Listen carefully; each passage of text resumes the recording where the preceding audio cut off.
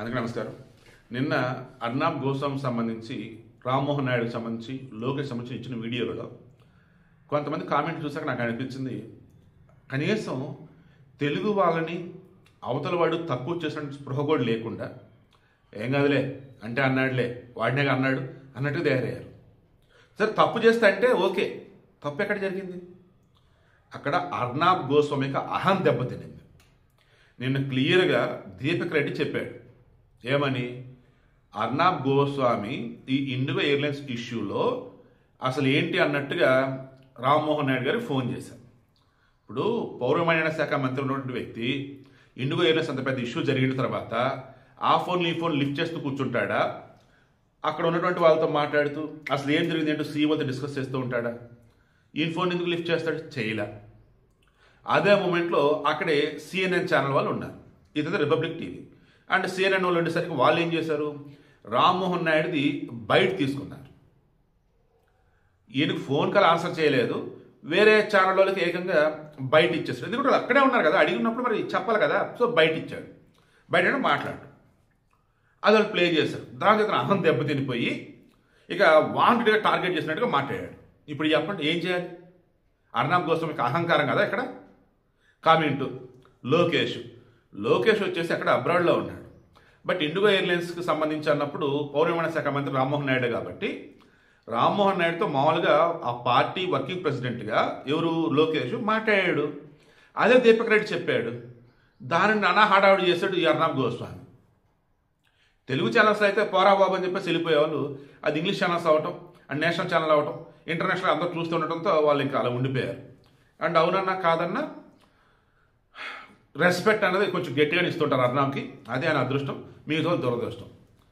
So ఇక్కడ ఇంకో clarity ఇవ్వాలి. నేను లోకేష్ సంబంధించి ఎక్కడ కూడా అఫీషియల్గా ఎవరితో మాట్లాడలే, ఓన్లీ పార్టీ పరంగా అన్నప్పుడు తమ పార్టీ వాడు కాబట్టి అన్నప్పుడు ఆ మంత్రితో మాట్లాడాడు ఏం జరిగింది ఏంటి అని, ఇంతే తప్ప వేరేది కాదు. దీపక్ రెడ్డి అదే చెప్పాడు. ఈవెన్ దీపక్ రెడ్డి మాట్లాడిందని కూడా మనం తప్పుగా చూసాం. ఎలా? అర్నాబ్ గోస్వామి చేసిన హడావుడి వల్ల. ఎవరు లోకేష్? లోకేష్ వల్ల ఇందులో ఇన్వాల్వ్మెంట్ ఏంటి? పౌర విమానయాన శాఖ మంత్రి, ఎంపీయా, ఏంటి ఏంటి ఏంటి అందరూ అక్కడ కూడా డైవర్ట్ అయిపోయారు, నేను కూడా డైవర్ట్ అయిపోయాను. కానీ మరలా క్రాస్ చెక్ చేసుకున్నప్పుడు అర్నాబ్ గోస్వామికి అహంకారం ఇది అనిపించింది. అందుకే నేను గట్టిగా వీడియో ఇచ్చాను. దానికి కూడా కొంతమంది కామెంట్లు పెట్టారు, నాకు అర్నాబ్కి పోలిక ఏంటి అండ్ సంథింగ్ లైక్ దట్. ఎలాగంటే ఒకడు పనిమంతుడైనా కానీ వేదిక అనేది ఇంపార్టెంట్. నేను ఊర్లో అరుగు మీద కూర్చొని జనరల్ నాలెడ్జ్ విషయాలు చెప్పాను అనుకోండి, పిచ్చోడు అంటారు. అదే హైదరాబాద్ వచ్చేసి ఒక కరెక్ట్ వేదిక లాంటిది తీసుకొని అక్కడ చెప్తుంటే వందల మంది లక్షల మంది చప్పట్లు కొడతారు. సో అది అన్నమాట విషయం. నా గురించి తెలిసిన వాళ్ళకి తెలుసు నేను నిన్న చెప్పిన దానిలో ఎంత పడుతుంది ఏంటని. తెలియని వాళ్ళకి ఎప్పటికీ తెలియదు. సరే పాయింట్కి వద్దాం. ఒక కంట్రోల్ చేయాల్సింది ఉంది ఇండిగో ఎయిర్లైన్స్. అసలు సమస్య అన్నది వాళ్ళు ఓన్గా క్రియేట్ చేసింది, మ్యాన్మేడ్. డే వన్ నుంచి అదే చెప్తున్నా. ఇది కనిపెట్టడంలో ఇంటెలిజెన్స్ వాళ్ళు ఫెయిలియర్, ఇది కూడా చెప్పా. మోడీ ఫెయిల్యూర్ అని చెప్పా, రామ్మోహన్ నాయుడు ఫెయిల్యూర్ అని చెప్పా, డీజీసీఏ ఫెయిల్యూర్ అని చెప్పా, ఓవర్గా అందరూ ఫెయిల్యూర్ అని కూడా చెప్పాను. ఎక్కడ చెప్పకుండా ఉన్నా? నేను ఉన్న విషయాలన్నీ చెప్తూనే ఉన్నా.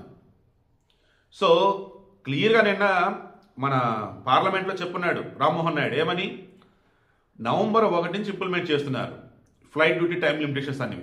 ఇవి అన్నీ కూడా మేము ఇచ్చి కూడా 18 నెలలు అవుతుంది. దాదాపు 34 రోజులుగా ఇబ్బంది లేనటువంటిది అకస్మాత్తుగా డిసెంబర్ 5వ తారీఖు ఎందుకు వచ్చింది? ఇది కేవలం ఇండిగో ఎయిర్లైన్స్ వాళ్ళ యొక్క తప్పిదం. ఇండిగో ఎయిర్లైన్స్ క్రూకి సంబంధించేసి రోస్టర్ విధానం, ఎవరెవరు ఏ టైంలో ఏంటి అని చెప్పేసి, at the same time cruise సిబ్బంది ఎవరైతున్నారో వారికి సంబంధించిన ఇష్యూ. ఇది క్లియర్లీ ఇండిగో ఎయిర్లైన్స్ వాళ్ళు క్రియేట్ చేసే సమస్య. ఒకవేళ దీని వెనక గనక కుట్రకోణం కనుక ఉన్నట్టయితే ఇండిగో ఎయిర్లైన్స్ ఆల్మోస్ట్ క్లోజ్ అయింది. రాసి పెట్టుకోండి, ఓకేనా? కుట్రకోణం లేదు, కేవలం అనుకోకుండా అప్పటికప్పుడు జరిగిపోయింది అనుకుంటే మాత్రమే ఎంతగానో పెనాల్టీ వేసేసి వదిలేస్తారు. అండ్ ఆల్రెడీ నిన్న మనం క్లియర్గా మాట్లాడుకున్నాం, 60% ఉన్నటువంటి విమానాలు వీళ్ళవే డొమెస్టిక్, అంది కూడా ఆడిందాట పాడింది పాట అయిపోయిందిరా బాబు అని. సో ఇప్పుడు రిమైనింగ్ విమానయాన సంస్థలకు సంబంధించి టెండర్లు పిలుస్తున్నారు రండి అని చెప్పేసి. ఐఎమ్ షూర్ ఇండిగో ఎయిర్లైన్స్ వాళ్ళకి సంబంధించి గతంలో ఉన్నంత ప్రాఫిట్స్ ఇక ముందు ఉండవు. గతంలో ఉన్న అన్ని విమానాలు నాకు తెలిసి ఇక ముందు కూడా ఉండకపోవచ్చు. ఖచ్చితంగా ఇక వేరే వేరే ఎయిర్లైన్స్ వాళ్ళు ఎంట్రీ అవుతారు. మార్కెట్లో దానికి ఉన్నటువంటి 60% వాటాన్ని తగ్గిస్తారు.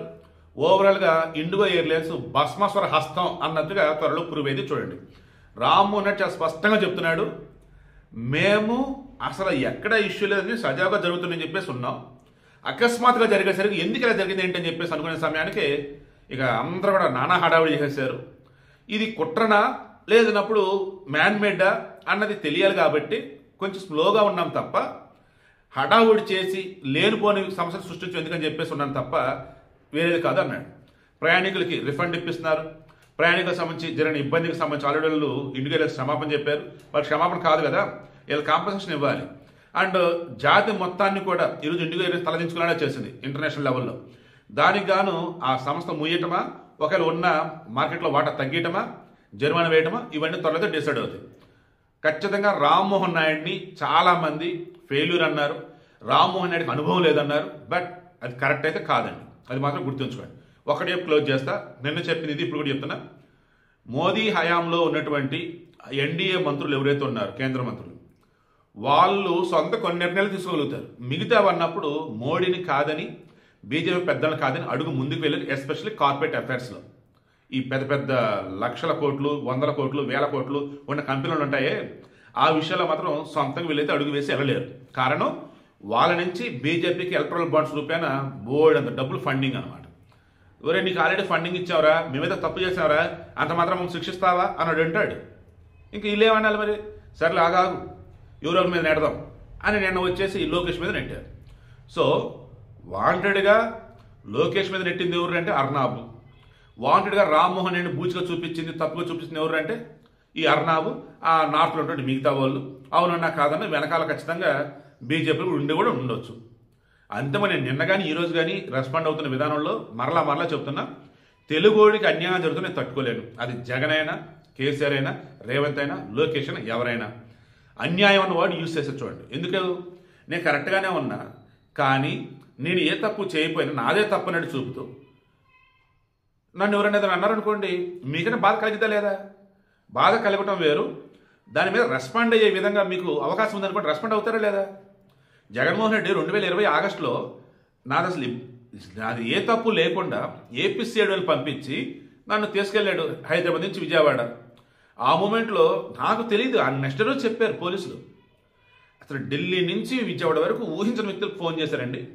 ఒక పొలిటీషియన్లు కూడా మాకు ఇన్ని కాల్స్ అవ్వు, మీ అన్ని కాల్స్ వచ్చాయి. అతను ఏ తప్పు చేయడు, ఎట్టి పరిస్థితిలో కూడా అతని మీద చిన్న దెబ్బ పడవద్దు, తప్పు మాట అసలు అనవద్దు, అతను తట్టుకోలేడు. అన్నిటికి మించి మీరు ఎంత వెతికినా అతనికి తప్పు కనపడదని చెప్పారు.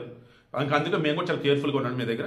బట్ గాడ్స్ గ్రేస్ మీరు కూడా అన్ని సవ్యంగా ఉన్నట్టు చెప్పున్నారు. స్టేట్మెంట్ కాదు, కేసు మొత్తం మీరే సాల్వ్ చేశారని చెప్పేసి పంపించేశారు. సో అందుకే నేను అనేది ఇదే, అవకాశం ఉంది, మన తెలుగుడిని ఎవడో ఏదో తప్పుగా మాట్లాడున్నాడు, రెస్పాండ్ అవ్వాలా వద్దా? అవకాశం ఉంది, అక్కడ జరిగింది ఏదో చెప్పడానికి, నేను అదే చేశాను. ఇప్పుడు కూడా పచ్చబెచ్చిన లేదన్నప్పుడు లోకేష్ వెనకసి వచ్చాను, రామ్మోహన్ వెనకసి వచ్చానా? రామ్మోహన్ నాయుడు పనిమంతుడు, నిన్న అదే చెప్పి ఇప్పుడు కూడా అదే చెప్తున్నా. అండ్ ఓవరాల్గా అన్నప్పుడు ఛాన్స్ దొరికినప్పుడల్లా తెలుగు వాళ్ళ మీద విషం జిమ్ముతూనే ఉంటారు ఆ నాతో హిందీ వాళ్ళు. ఇది నిజమా కాదు, గుండెల మీద చేసుకొని చెప్పండి.